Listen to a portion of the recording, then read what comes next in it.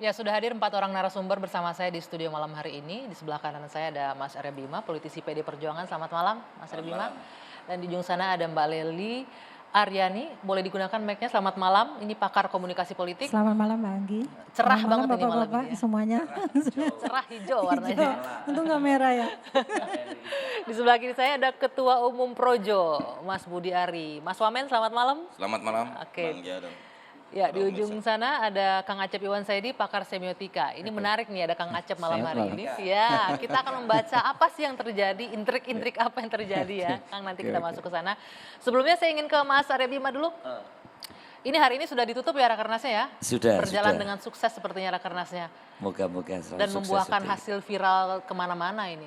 Termasuk ya, itu tandanya spektrum pengaruh PDI dan Ketua Umum begitu luar besarnya biasa ya. untuk Indonesia ke depan.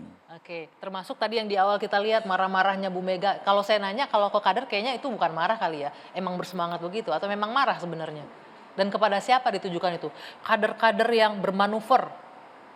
Kalau saya melihat itu standar ya. Standar ya. Standar. Tunggu dulu, tahan dulu. Kita lihat ini yang lain. Ini sebagai kader partai kan pasti udah hari-harian melihat ya. Iya. Kita akan putar sekali lagi ini bagaimana ekspresi dari Bu Mega. Mungkin nanti Kang Acep juga bisa memperhatikan ya. Kita lihat bersama berikut ini pernyataan Bu Mega. Banyak yang selalu mau memutarbalikkan, mau menggoreng-goreng. Mengapa PDI diam saja, tidak pernah mau mencalonkan seseorang, bla bla bla bla bla bla. Kalian siapa yang membuat manuver keluar? Karena apa? Tidak ada di dalam PDI Perjuangan itu yang namanya main 2 kaki, main 3 kaki, melakukan manuver. Kenapa?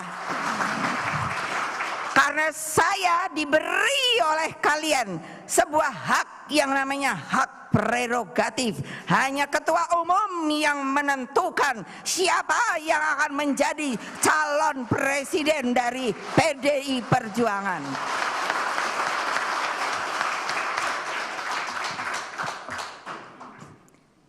Ingat loh, lebih baik keluar deh.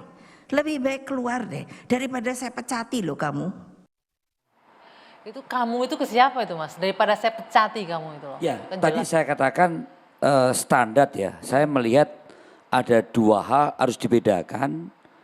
Mana yang substansi dan mana yang ekspresi. Gitu. Jadi saya melihat bahwa secara substansial apa yang disampaikan oleh Ibu Mega sebagai ketua umum sebenarnya wajar saja itu. Ya. Di mana memang yang namanya tata nilai di dalam anggaran dasar dan anggaran rumah tangga itu harus dijaga, harus dilaksanakan ya. Dan harus menjadi satu pola perilaku dari kader partai. Nah, kalau tidak dijaga, bagaimana tata nilai yang ada di anggaran dasar dan anggaran rumah tangga partai ini, ya tentunya partai tidak akan utuh, partai tidak akan kompak. Jadi saya melihat bahwa Ibu Mega ini tidak hanya sebagai ketua umum, tapi beliau juga memegang mandat kongres. Ya kan? Dengan demikian tanggung jawabnya tidak mudah dan bagaimana situasi sekarang ini juga ada sesuatu yang perlu Ibu mengekspresikan dengan cara itu. Dalam artian begini,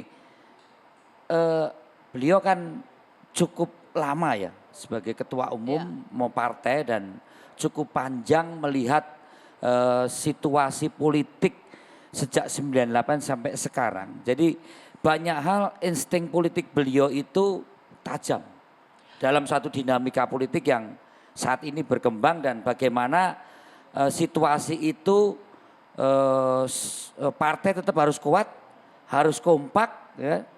Jadi saya melihat bahwa ekspresi beliau memang semacam memberi warning pada kita semua. Oke, sebentar ini menarik nih. Instingnya Bu Mega kan tadi Mas Arya Bima bilang tajam ya. Apakah pernyataan ini keluar karena memang Bu Mega melihat sudah mulai ada gelagat nih yang bakal ada cawe-cawe dalam tanda kutip untuk calon siapa yang akan dimajukan di PDIP? Iya, kalau dalam bahasa kita rapatkan barisan ya. Tidak mudah mengelola partai saat ini untuk menjadi partai yang kuat dalam pengertian secara ideologi, secara organisasi dan penataan personel yang mana Ibu Mega sebagai ketua umum harus mendisiplinkan kader-kadernya dalam dinamika politik yang akhir-akhir ini, ya kan. Ada yang nakal berarti sekarang harus didisiplinkan ya? Antara nakal dan tidak, yang jelas ada yang melirik mungkin ya. Yang melirik atau dilirik Ya, nih? Dia atau yang- melirik atau dia satu, dilirik kan beda ada ya? yang melirik, Kalau melirik itu berniat yang pertama, nih. Heeh. ya kan. Yang kedua juga dinamika di internal nggak konsentrasi lagi seperti Ibu katakan untuk kita kompak yang masih 2 tahun ini. Jadi dinamika tentang capres mencapres ini jangan sampai kemudian organisasi 3 pilar, kan kita ini 3 pilar, Ya. eksekutif, legislatif, kemudian struktural partai yang mendapatkan mandat rakyat 19 April 2019, ini tugasnya masih panjang. Jadi jangan sampai dinamika luar itu kemudian membuat dinamika internal partai kita itu menjadi terganggu. tidak kompak. Ya, oke. ini yang saya kira kemarin sangat luar biasa. Ini kan yang dipotong kan ekspresi yang beliau menunjukkan ketegasan peran beliau sebagai ketua umum dan sebagai orang yang memegang mandat Iya, tapi Kongres. substansinya juga Tapi jelas sebenarnya kan dia. yang lebih cair, yang lebih ekspresi ibu itu guyonannya, ini banyak. Ya. Nah tapi tidak apa-apa, saya melihat bahwa memang harus semacam itu.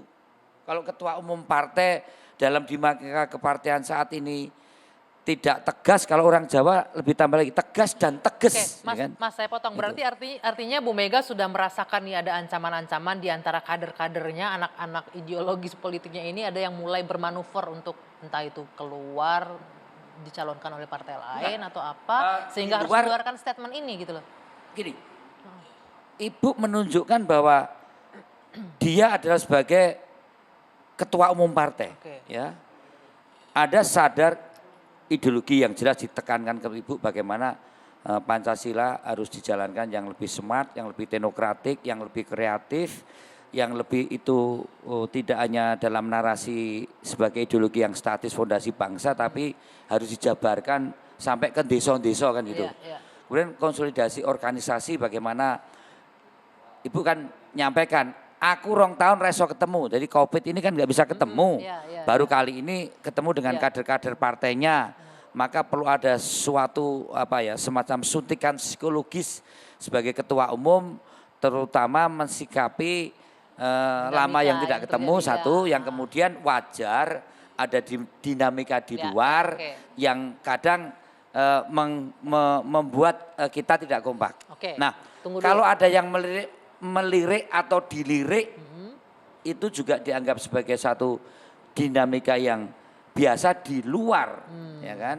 Tetapi ke dalam, saya kira Ibu tegas sekali bahwa kesepakatan Kongres menyerahkan kepada Ibu Ketua Umum untuk menentukan siapa calonnya dan kapan menyampaikan itu ke publik.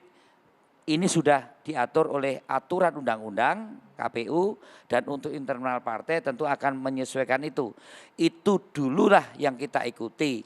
Jangan kemudian semua energi kekuatan partai itu hanya bicara soal capres-mencapres, lupa tugasnya yang masih 2 tahun di mana mandat rakyat kepada partai dengan menang pileg dan pilpres ini bukan hal yang mudah, saya kira itu. Oke, baik. Nanti saya akan minta benar begitu kalau Kang Acep melihatnya ini Bu Mega lagi memberikan suntikan kepada kader-kadernya. Apakah benar demikian? Tapi nanti kita jeda dulu. Apa yang akan dibaca oleh pakar semiotika mengenai statement dan juga gestur dan juga tadi ekspresi dari Ketua Umum PDI Perjuangan. Usai jeda kami akan lanjutkan saat lagi.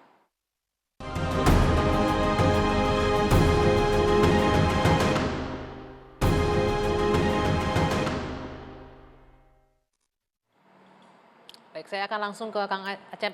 Apa yang Anda lihat dari pidato politik Bu Megawati pada saat pembukaan Rakernas? Kalau kita mengutip beberapa kali tadi ya, sangat tegas dan kuat sekali, jelas sekali arahannya bahwa nggak boleh yang bermanuver. Kalau yang bermanuver silakan out atau saya pecat gitu jelas ya. Ya, oke. Saya sebenarnya dibantu oleh tadi beberapa kata dari Mas Bima tentang ekspresi dan substansi ya. Dan kalau saya perhatikan dari keseluruhan pidato ini, saya nonton ya seluruh pidato Pak Bu Mega ini, maka sebetulnya inti dari ekspresi dan substansi itu ada pada potongan ini, itu ya. Jadi potongan yang viral itu. Jadi jeli juga ini yang memviralkannya ya, bagian ini ya yang dipiralkan. Nah, kalau kita lihat secara keseluruhan pidato ini, kan sebetulnya loncat-loncat ya, Ibu Mega itu loncat-loncat pidatonya, bahkan banyak kalimat yang tidak gramatikal. Saya sendiri sering kebingungan mengikuti pidato itu. Tapi pada bagian ini tiba-tiba beliau naik dan dengan ekspresi yang begitu menunjukkan kemarahan. Saya sendiri sebetulnya tidak ingin menyebut ini marah ya. Saya ingin menyebut ini gelisah gitu ya, atau kemarahan yang anak-anak kegelisahan. Pasti ada pemicunya dong. Ya, jadi ekspresi ini kalau dalam semiotika dia merefer ke konten ya, yang disebut oleh Mas Bima tadi sebagai substansi. Kontennya pasti ada sesuatu yang memicu itu ya. Kalau kita ikuti berita media dari tahun yang lalu, sebetulnya yang disindir Ibu Mega dengan 3 kata sebetulnya ya. Yang penting dari potongan itu ada 3 kata. Pertama adalah manuver, ya. Kemudian yang kedua adalah koalisi, yang ketiga adalah calon presiden, ya. Dan kata calon presiden, mencalonkan presiden ini, itu sehingga saya cuma 1 atau 2 kali disebut, tapi ini yang paling ditekankan. Jadi seolah-olah seluruh pidato Bu Mega itu fokus ke situ. Jadi ada yang bermanuver untuk mencalonkan diri jadi presiden. Ya kan begitu ya. Dan kita tahu sebetulnya, semua orang tahu ya, kalau kita baca dari 2001 saja ya, siapa itu, sindirannya kemana. Jadi sebetulnya jelas gitu ya ininya. Tadi dikatakan bahwa Mas Bima bahwa ini juga sebagai ketua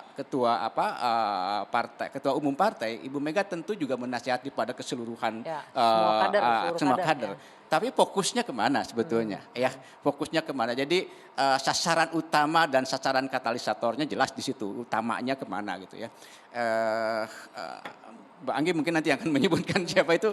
Menurut saya sangat jelas ya. Jadi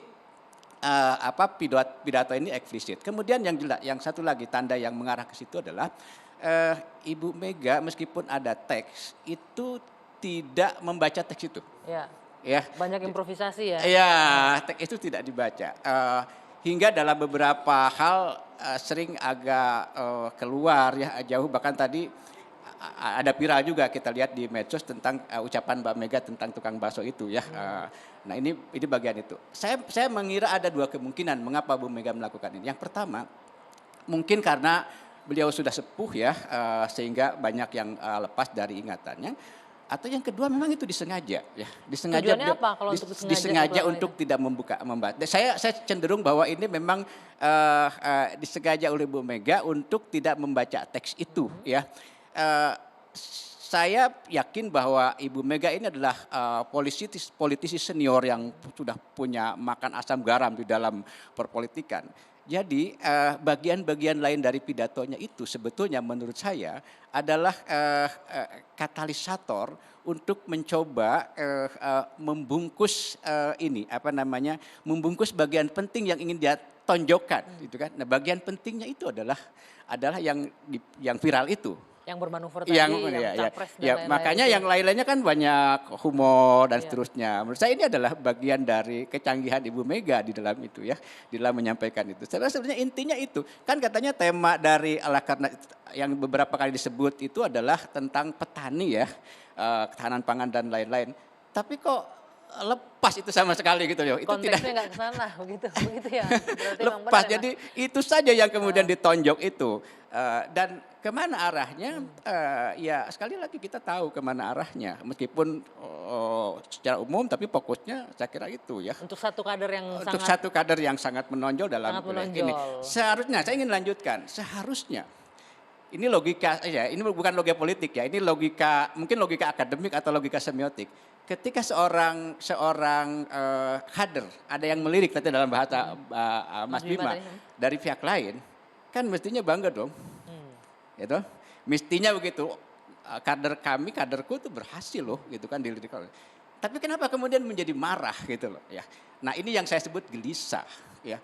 Karena ada yang lain sebetulnya yang menjadi jagoannya Ibu Mega, benar bukan begitu itu ya? gitu loh. Ya. Mas Bima, benar karena ada jagoan yang lain, jadi Ini- kader yang menonjol ini tuh malah bukannya nih. bangga, tapi malah gelisah.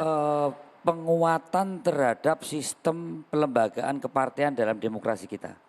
Bahwa terkait dengan Pilpres adalah partai politik yang perorangan yang diusung oleh partai politik. Dan bagaimana proses pelembagaan demokrasi lewat partai politik ini tidak hal yang mudah untuk membuat partai nasional, kalau kita partai nasional yang kuat untuk menyangga negara nasional ini butuh adanya proses politik internal yang tadi saya katakan bahwa ekspresi itu menunjukkan bagaimana Ibu tidak hanya sebagai ketua umum tapi juga seorang pimpinan yang mempunyai intuisi politik. Dalam situasi sekarang ini memang ada sesuatu hal yang cenderung kalau tidak secepat ditangani akan berdampak pada eksistensi Berarti partai itu benar ada sendiri. kegelisahan itu ya, yang dibaca saya tadi betul, ya. tapi gini, nggak etis ya. Siapa yang namanya Ganjar misalnya disebut oleh partai lain, ya kan? Di dalam proses kita melihat fungsi partai politik adalah salah satunya adalah proses internalisasi, kaderisasi, rekrutmen pemimpin. Begitu saja tanpa ada suatu hal yang menyentuh pada dinamika di internal partai dengan anggaran dasar partai menyebut misalnya gitu kan. Sesama partai politik misalnya. Ya kalau itu relawan saya masih bisa paham. Oke, jadi Anda melihat itu tidak Kan elok ada ya? etika, ada aturan ya. Kalau aturan mungkin tidak ada yang bisa dikatakan melanggar. Ya. Oke. Tetapi tadi saya katakan Ibu tunjukkan sebagai ketegasannya sebagai ketua umum, ya, ekspresinya Tapi menarik jelas. tadi Mas Bima, kenapa nggak bangga nih kader kita dilirik partai lain gitu, malah jadi lebih hati-hati Ini apa bukan benar karena ada masalah jagoannya yang bangga lain dan gitu. tidak bangga. Ya, ini adalah masalah interrelasi, hubungan relasi antar partai politik ya. dalam membangun satu sistem demokrasi yang oke. penting kita saling jaga sehingga fungsi partai politik itu nanti jelas setiap orang, setiap kader masuk partai politik itu dengan dasar prasyarat tujuan yang jelas yang ya. seperti apa begitu. Oke, saya mau Saya kembali kira itu. Mbak Lili, dari komunikasi politiknya seperti apa melihat dari pidato Mbak Mega tadi yang kita lihat bersama, kemudian menyinggung sedikit Mas Bima menyebutkan ini ada etika yang dilanggar antara komunikasi antara partai politik dengan menyebutkan kader partai lain di dalam pencalonan. Iya, ini kan Kecuali ada komunikasi lebih dulu ya. Oh, Iya, iya. ini kayak jadi nyolong ini aja sebenarnya gitu ya. tentang political mainstreaming. Jadi tiap-tiap partai politik yang memang berbeda. Tadi pernyataan Kang Asep menarik. Seharusnya kan sebenarnya apa yang salah sih bagi popularitas dan elektabilitas yang diperoleh oleh Ganjar itu? Apa yang salah? Lalu apa yang salah kalau Bu Mega marah? Apa yang salah itu semua terjadi dan kemudian ada partai lain yang meliriknya? Pasti ada yang salah karena Bu Mega marah gitu kan. Nah, kesalahan itu menurut saya ada dua hal. Yang pertama itu apa yang terjadi dengan Ganjar itu tidak mempertemukan antara kontestasi elit dengan kontestasi elektoral. Sehingga tiap partai itu kan punya mekanisme masing-masing yang harus dijaga marwahnya. Marwah partai itu seharusnya memang bangga nih kalau ada partai lain yang melirik kadernya. Wah luar biasa kader lain, partai lain aja yang selama ini menyebut dirinya partai kader, ternyata tidak punya kader, malah kader lain yang ditonjolkan. Harusnya bangga, tapi kenapa marah? Karena tadi, jadi ada ketersinggungan secara politis yang dilakukan oleh partai lain terhadap partai-partai tertentu. Karena ada dua hal yang tadi, antara kontestasi elit sama kontestasi elektoral yang tidak bersatu di mekanisme partai. Atau mungkin yang disebut oleh Kang Acep ada calon lain yang dijagokan oleh Bu Mega. Itu boleh jadi, boleh Dampak jadi. internalnya bisa membelah loh itu. Iya, membelah Eksistensi komitmen. partai bisa membelah kalau segera Ibu tidak mengambil sikap. Benar, karena apa? Kohesivitas kelompok. Partai politik itu bukan sekedar konformitas, bukan sekedar kompak, tapi mereka harus kohesif. Jika kekohesivan itu diganggu oleh anasir-anasir politik yang katakanlah tadi, sebenarnya antara main dua kaki memang harus dua kaki loh Mbak Anggi. Kan nggak bisa berdiri satu kaki kan, roboh jatuh gitu kan. Artinya yang tidak boleh itu tiga kaki barangkali. Tapi ini kan istilahnya saja. Artinya sebenarnya Ganjar juga harus, kenapa tidak yang seperti terjadi pada Pak Jokowi? Pak Jokowi itu dilirik elektabilitas tinggi, menjadi media darling, bangga banget loh PDIP waktu itu. Saya sadarin itu juga. Kita melihat itu semua. Tapi kenapa Ganjar yang di awal-awal ketika dia jadi gubernur, terus apa yang terjadi dengan dia marah-marah di Jembatan Timbang dan diapresiasi sebagai tokoh PDIP potensial dan sebagainya. Lalu kemudian bergeser paradigmanya yang terjadi pada partai politik. Kenapa kalau Karena Anda itu melihatnya, tadi, Mbak? karena kohesivitas kelompok di partai politik asalnya itu diganggu. Dan itu memang harus marah. Tadi Mas Arya Bima mengatakan bahwa ketua partainya harus menjaga marwah partainya. Ini salah satu Bukan upaya. karena ada calon lain yang dijagokan. Bisa jadi ada calon lain yang dijagokan, tapi boleh jadi Ganjar juga nanti yang dijagokan. Harusnya Ganjar tidak memberi jarak komunikasi politik dengan partainya. Jangan lupa loh, panggung politik itu kan ditata maskulin. Coba lihat, tempat duduk ketua partai sama anggotanya pasti berbeda. Posisi kursinya dan sebagainya. Karena itu panggung politik itu ditata maskulin. Di antara maskulinitas politik itulah yang harus dikelola manajemen komunikasi politiknya, manajemen politiknya, seperti apa dia mengelolanya. Sehingga partai tidak tersinggung. Kan gampang aja Bu Mega misalnya ya datang, ini aku kok elektabilitasnya tinggi banget ya. Seneng gak Ibu? Aku kan anak Ibu, kan bisa ngomong. Sebenarnya di panggung belakang itu suasananya amat cair loh Mbak Anggi. Kita aja yang menyaksikan seperti gontokan. Di luar para nih, narasumber kalau Mas Bima aja. bilang media aja nih yang menyimpulkan. Iya, saya di TV One sejak 2011. Sebelum kita ngomong gontong-gontokan mereka di belakang pada cipika-cipiki. Inilah yang terjadi di panggung politik seperti Oke, itu. tapi yang kalau terjadi. memang Kira terganggu. mungkin ini juga, Mbak. Tapi ini juga menurut di panggung depan ya. Ini juga menurut saya satu pelajaran juga buat PDI ya. Kalau kita kembali kepada ekspresi, dalam semiotika itu ada disebut dengan parole dan ada disebut dengan language ya dalam bahasa. Nah ini kan Ganjar itu muncul sebagai ekspresi individu ya yang keluar dengan kebebasan, dengan kreativitasnya dan lain-lain di media sosial, terutama itu ya. Dan kita sedang melihat sebuah pergerakan yang luar biasa di media sosial, ya kan. Nah sementara ekspresi yang lain language itu kan sistem, ya. Jadi ada pertentangan antara parole ekspresi individu dengan ekspresi sistem. Kalau ini tidak dikelola dengan baik, maka mungkin keuntungannya akan menjadi bagi Ganjar. Ketika kita dudukan itu dalam konteks media sosial, ya. Jadi ini menurut saya Mas Bima juga pelajaran buat PDIP Perjuangan ya. Tapi tolong ditambahkan ekspresi individu dalam kaitan fungsi dia sebagai gubernur yang diusung oleh PDI Perjuangan loh. Ganjar tanpa ada endorsement dari Tetap Megawati untuk berafiliasi menjadi dengan gubernur, partai, ya. saya kira tidak akan cukup Iya, betul, mendapatkan betul. popularitas dan elektabilitas. Jadi saya sedikit kritisi, tidak ansi individu Ganjar, tapi Ganjar yang menjadi gubernur dan kader partai yang di-endorse oleh ketua umum untuk Betul, sebagai ya. Itu kan di dalam kita bicara dalam lingkup sistem ya. Sistem dalam hal ini sistem kepartaian, kaderisasi semacam itu. Dan itu masa lalu ketika menjadi gubernur. Tapi ke depan dan kemudian kita mempelajari situasi di dalam media sosial ya, perkembangan yang begitu dinamis dan lain, orang bisa muncul dan media itu riset saya menunjukkan 40% itu memang didukung oleh media, terutama oleh media sosial ya. Dan ekspresi parole ini, ekspresi individu ini itu bisa mencuat. Kita tahu bahwa kalau bicara calon presiden itu selalu ke individu gitu loh, ya, bukan ke partainya bahkan nggak. Iya, partainya belakangan nanti akan mendorong. Nah, ini sebenarnya masukan ya, bagaimana PDIP harus melihat ini ya, dan dengan itu kemudian juga bagaimana mencoba dalam tanda kutip bukan memfasilitasi ya, memberikan ruang tertentu kepada Ganjar. Ya, tetapi sebetulnya ruang itu diperuntukkan untuk PDIP sebetulnya gitu loh. Nah, Tapi ini kan, yang harus dimainkan dengan cantik Kang menurut Asep, saya.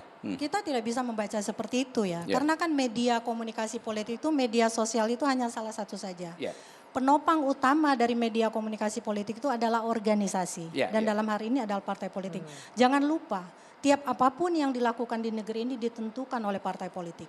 Kita mau memilih presiden, anggota DPR, bupati, wali kota, dan gubernur, semuanya partai politik yang menentukan. Kita hanya memilih yang sudah ditentukan oleh partai politik. Media kedua adalah interpersonal. Nah, interpersonal ini yang lemah. Jadi media sosial boleh booming dan sebagainya, di media massa bisa jadi media darling, tetapi secara interpersonal dia lemah komunikasi politiknya dengan organisasi. Itu menyulitkan. Dan media keempat itu adalah kelompok kepentingan.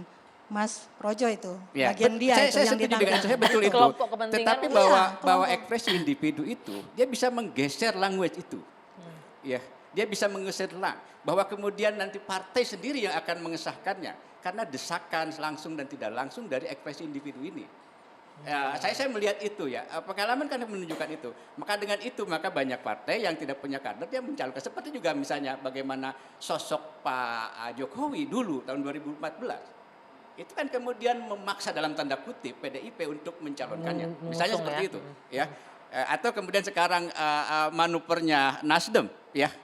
Itu kan juga sama ya, mengambil sosok. Sosok itu dari mana? Dari ekspresi individu itu. Saya yakin bahwa pada akhirnya yang melegitimasi itu memang Tetap partainya. partai politik ya. Iya, harus. Saya kira gitu. Oke, nanti kita juga akan minta komentar dari Mas Budi Ari. Usai jeda, saat lagi kita lanjutkan di Dua Sisi.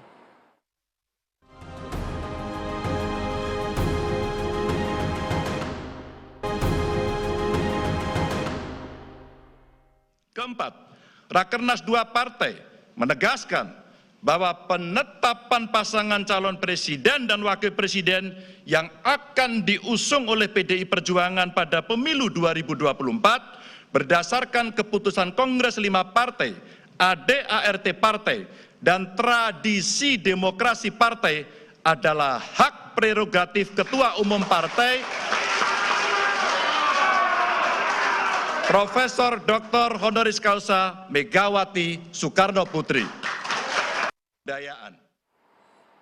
Kenapa ini menjadi menarik? Mungkin Kang Acep, sebelum saya ke Mas Budi Ari, Kang Acep bisa memberikan gambaran ya. Dari 7 rekomendasi ada 4 poin, ini salah satunya, poin keempat salah satunya, dan dibacakan oleh Mas Ganjar gitu.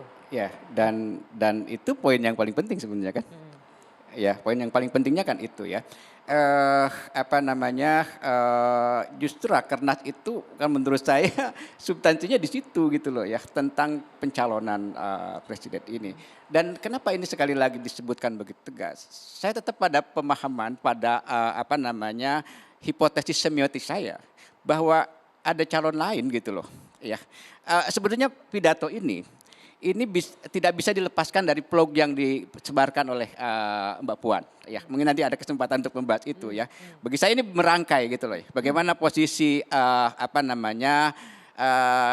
dimensi tersembunyi di balik ruang yang dipotret oleh yang divideokan oleh Mbak Puan ya. Kemudian bagaimana Pak Jokowi duduk di hadapan Ibu Mega, kostum yang dipakai oleh Mbak Puan dan lain-lain.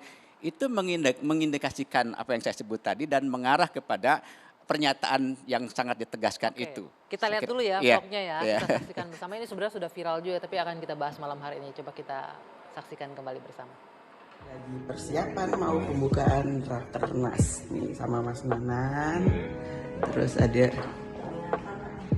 Ibu lagi serius sama Presiden. Yang lainnya ada Bendahara, Mas Pram, sama Kabin. Terus ada Ibu lagi serius. Ibu itu ngobrol sama Presiden. Yang lainnya ada Bendahara, Mas Pram, sama Kabin. Ya, saya yakin mungkin di antara di sini sudah menyaksikan ini semua ya, sudah sangat viral sekali video ini. Saya ingin ke Mas Budi Ari terlebih dahulu nih.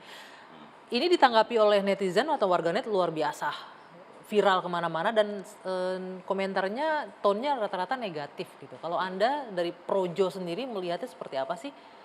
Ya ini kan karena semua tokoh-tokoh penting kan yang ada di situ. Ketua Presiden Republik Indonesia, Ketua DPR, RI, Kabin, Seskap, dan mantan atau presiden kelima kan. Jadi memang tokoh-tokoh penting, wajar aja viral. Jadi kita menanggapi begini, memang kita udah lihat semua dinamika di sosial media, terutama opini yang menyangkut vlog itu.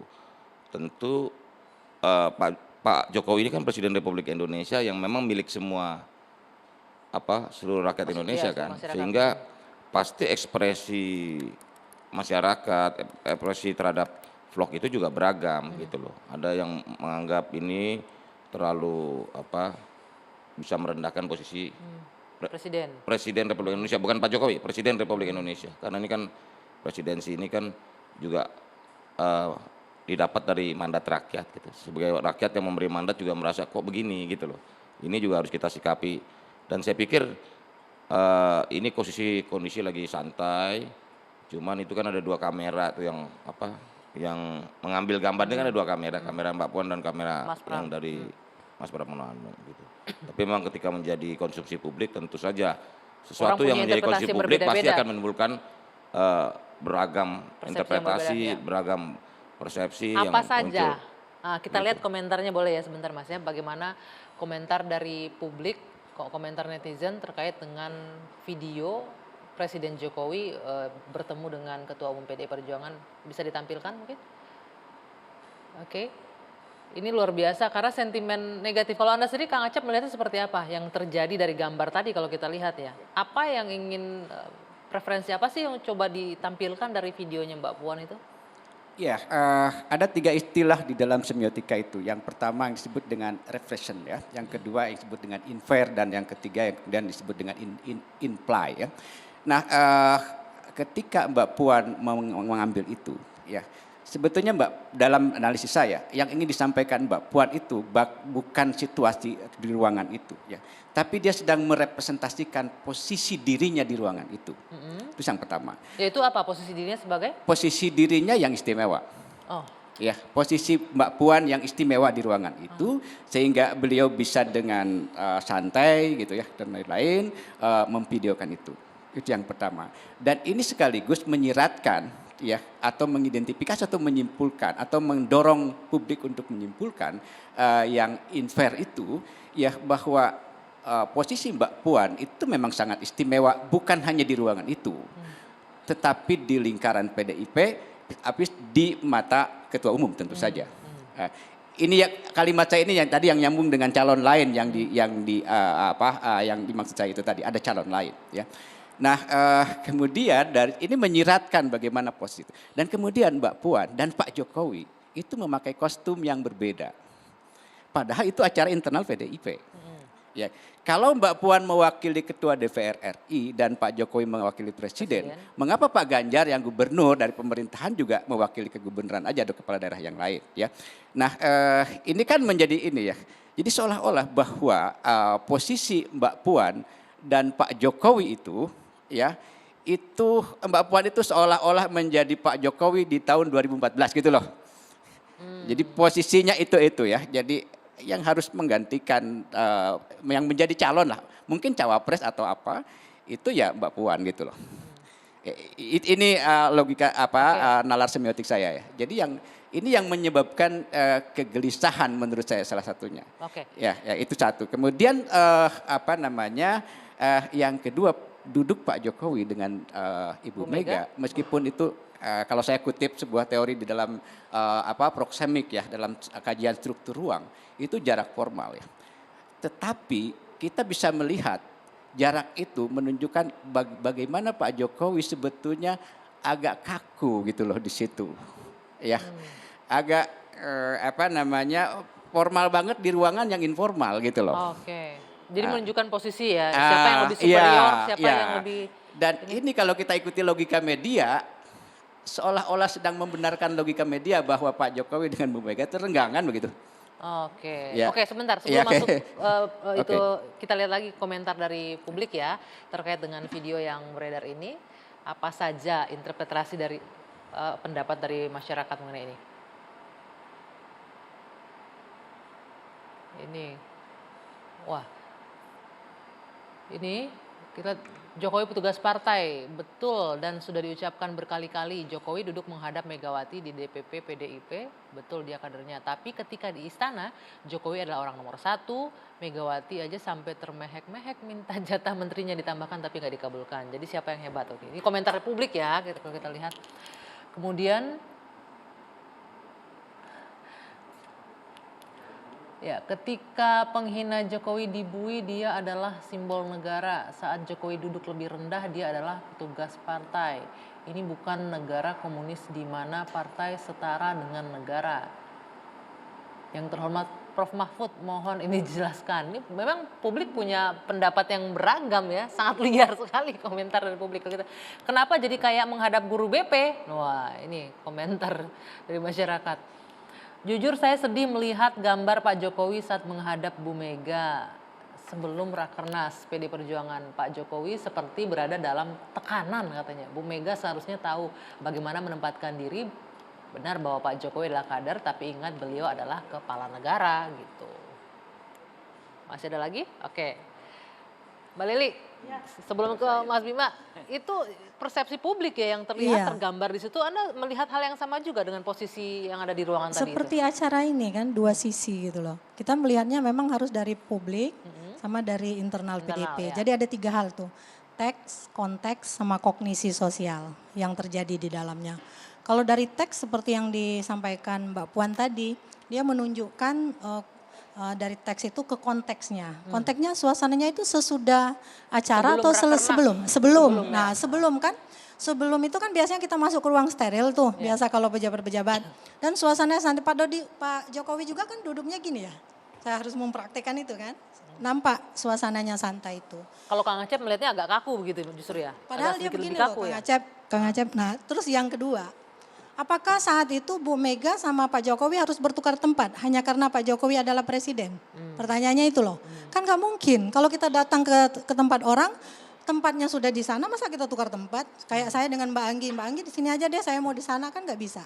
Itu yang dalam relatif yang lebih kecil. Secara kognisi sosial ini yang harus kita baca. Bahwa yang memilih Pak Jokowi itu kan bukan hanya warga PDIP ya Mas Arya Bima ya. Nah mungkin itulah yang menimbulkan perasaan, aduh gimana ya presiden saya kok diginiin. Padahal dia tidak tahu itu suasana kebatinan di sana. Betapa cairnya suasana pada saat itu. Seperti yang Kang Acep bilang loh, bahwa semuanya adalah, Mas Budi juga bilang, adalah tokoh-tokoh penting.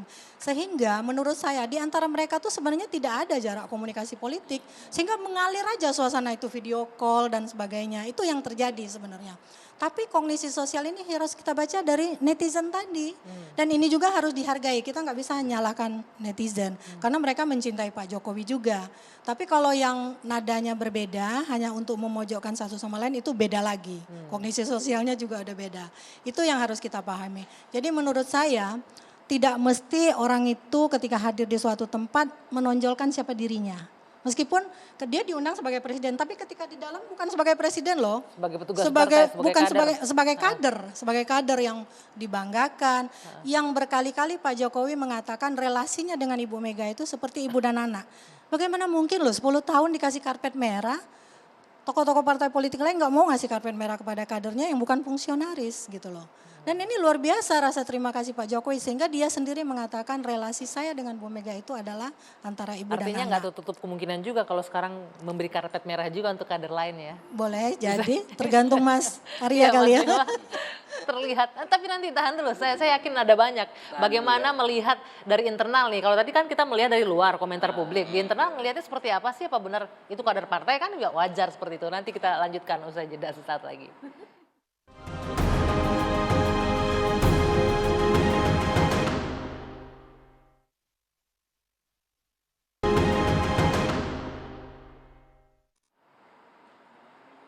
Ya, saya lanjutkan kembali Mas Bima. Tadi apakah seperti itu yang benar terlihat? Kalau dari internal gimana melihatnya? Kalau dari luar kan wah komentarnya negatif semua rata-rata kalau kita lihat. Iya, PDI tahu persis dalam tata krama bernegara atau keprotokoleran. Ya. Tata kehormatan menempatkan simbol-simbol negara, tata kehormatan acara, sampai tata kehormatan di setiap acara-acara resmi partai atau di dalam acara-acara resmi yang cenderung itu cair seperti di tempat yang terbuka. Gitu. Saya perlu jelaskan dulu nanti Kang Asep sama Mbak Lili bisa melihat analisa simbolik dengan semiotika hermeneutikanya ya. Jadi sudah dijelaskan sama Bani sebenarnya.